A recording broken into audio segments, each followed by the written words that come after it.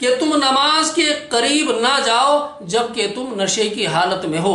فرمایا اللہ پاک نے حضرت عمر کی اس رائے کو بھی پسند فرما لیا اور قرآن کریم کی آیت کریمہ بنا کر کے نازل فرمائی۔ اور اسی طرح سے فرمایا کہ حضرت عمر رضی اللہ کی بہت زیادہ خواہش تھی کہ امہات المؤمنین کو پردے میں رہنا چاہیے۔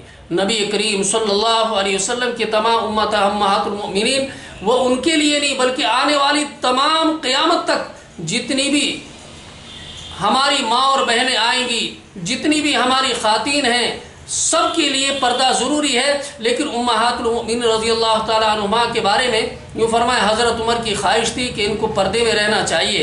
ایک بار اس کا ذکر نبی کریم صلی اللہ علیہ وسلم کے پاس بھی حضرت عمر نے کیا۔ عرصے کے بعد امہات المؤمنین کو پردے میں رہنے کے احکام جو سورہ احزاب میں نازل ہوئے تو انہیں بہت خوشی محسوس ہوئی۔ قرآن کریم کی آیت کریمہ بن کر کے اللہ پاک نے اتار دی کہ اب پردہ ہو چکا ہے کہ عورتیں پردے میں رہا کریں۔ اس کے بارے میں یوں فرمایا کہ حضرت عمر نے ارادہ فرمایا، حق بات اللہ کو بڑی پسند ہے۔ حضرت عمر اتنے پسند تھے حق بات کی وجہ سے اللہ کے نزدیک، یوں فرمایا ادھر اس حق بات کو سوچا، اللہ نے اسے پسند فرما لیا۔ اور چوتھی بات تھی، کون سی تھی؟ حضور اکرم صلی اللہ علیہ وسلم نے عبداللہ بن ابی سلول رئیس المنافقین، تو تمام منافقین کا سردار تھا، اور رئیس المنافقین کسے کہتے ہیں یہ سوچنے کی بات ہے۔ آپ کو بتا دوں میں یہاں پر تھوڑی سی بات روک کر کے، یہ نہیں کہ اسی وقت میں محمد الرسول اللہ صلی اللہ علیہ وسلم کے دور میں منافق تھے، بلکہ میں آگے چل کے آپ کو یہ بتا دوں کہ شاید اس وقت کم تھے منافق، لیکن آج زیادہ ہیں آج کی تاریخ میں۔ فرمایا منافق کی پہچان کی کچھ قسمیں ہیں، اگر وہ دیکھا جائے تو سب سے زیادہ یوں فرمایا کہ ہم خود اپنے گریبان میں جھانک کر دیکھیں گے، نعوذ باللہ، تو ہمارے اندر بھی وہ چیزیں پائی جاتی ہیں۔ اللہ ہم تمام کو نفاق سے بری فرمائے۔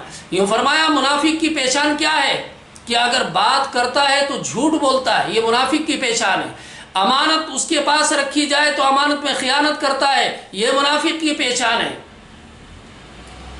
اگر اس کے پاس کوئی امانت رکھی جائے تو امانت میں خیانت کرتا ہے، یہ منافق کی پہچان ہے۔ اسی طرح سے چند چیزیں ہیں جو اسلام میں بتائی، یہ منافق کی پہچان آج ہمارے اندر نہیں ہے۔ جھوٹ بھی ہے، چغل خوری ہمارے پاس ہے، امانت میں خیانت کرنا ہمارے پاس ہے۔ فرمایا سچائی اور حق بات ہمارے اندر پیدا ہو جائے تو انشاءاللہ تعالی ہمیں دین پر چلنا آسان ہو جائے گا، اور دین کا مٹھاس اللہ پاک ہمارے دلوں میں عطا فرمائیں گے کہ دینی مٹھاس کیا ہوتا ہے۔ اور اگر چوتھی بات، عبداللہ بن ابی سلول جو رئیس المنافقین، تمام منافقوں کا سردار تھا، اس کی نماز جنازہ ان کے بیٹے عبداللہ جو سچے اور پکے مسلمان تھے، ان کی خاطر نبی کریم صلی اللہ علیہ وسلم نے ان کی نماز جنازہ پڑھا دی۔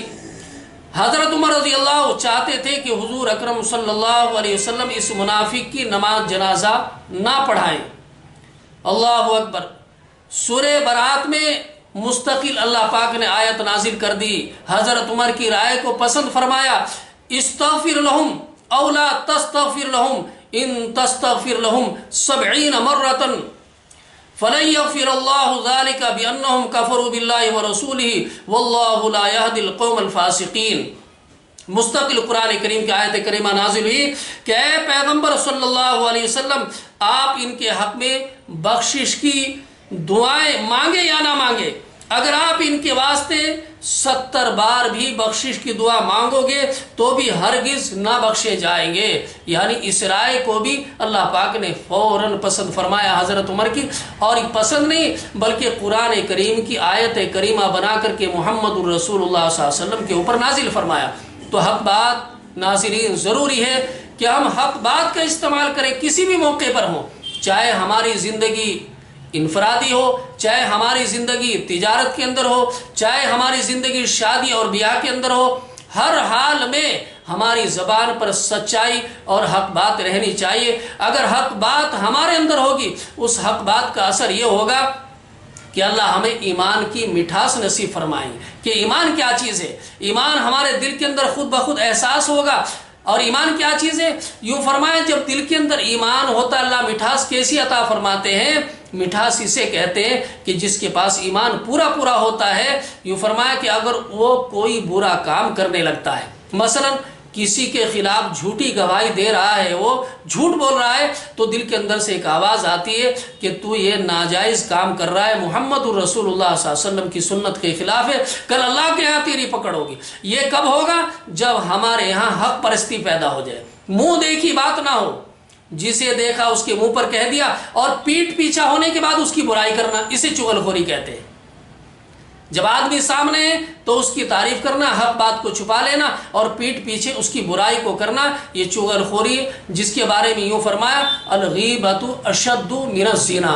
اللہ کے رسول صلی اللہ علیہ وسلم نے فرمایا کہ اگر زنا کاری کرنے سے اتنا بدترین گناہ کہ جس زمین کے ٹکڑے پر زنا کاری بدکاری کی جاتی ہے، یوں فرمایا کہ وہ زمین کا حصہ کانپ جاتا ہے اس وقت میں، لیکن الغیبۃ اشد من الزنا، اس سے بڑا کون سا گناہ ہو سکتا ہے جسے آج ہم وقت پاس کرنے کے لیے کہتے ہیں، ٹائم پاس کرنے کے لیے کہتے ہیں، ہوٹلوں میں بیٹھ کر کے، اپنے چوپایوں میں بیٹھ کر کے، اپنے کٹوں کے اوپر بیٹھ کر کے ہم کیا سوچتے ہیں کہ یہ ٹائم پاس ہو رہا ہے، لیکن یہ کل مرنے کے بعد معلوم ہوگا کہ میں نے کب اور کس وقت کس کی برائی کی تھی، جب ہمارے سامنے ہماری کتاب سامنے آئے گی اور اللہ فرمائے گا اقرا کتابک، پڑھ اپنی کتاب، تو نے دنیا میں کیا کیا کیا ہے۔ تو ناظرین، ضروری ہے کہ ہم حق بات کا استعمال کریں، چاہے وہ کوئی بھی ہو، اس کے سامنے جو حق اور سچی بات ہے اسی کا استعمال کرے، جھوٹ اور چغل خوری سے پرہیز کرے۔ اللہ ہم تمام کو نیک عمل کی توفیق نصیب فرمائے، اور جتنی باتیں یہ دین کی کہی گئی ہیں اللہ مجھے بھی اور تمام ناظرین کو سچے اور پکے عمل کی توفیق نصیب فرمائے۔ اور ہاں ناظرین، آخر میں آپ سے ہماری اپیل ہے، ہمارے چینل کو زیادہ سے زیادہ سبسکرائب کریں اور ہماری ان تمام بیانوں کو اور ہماری خبروں کو زیادہ سے زیادہ شیئر کریں۔ السلام علیکم ورحمۃ اللہ۔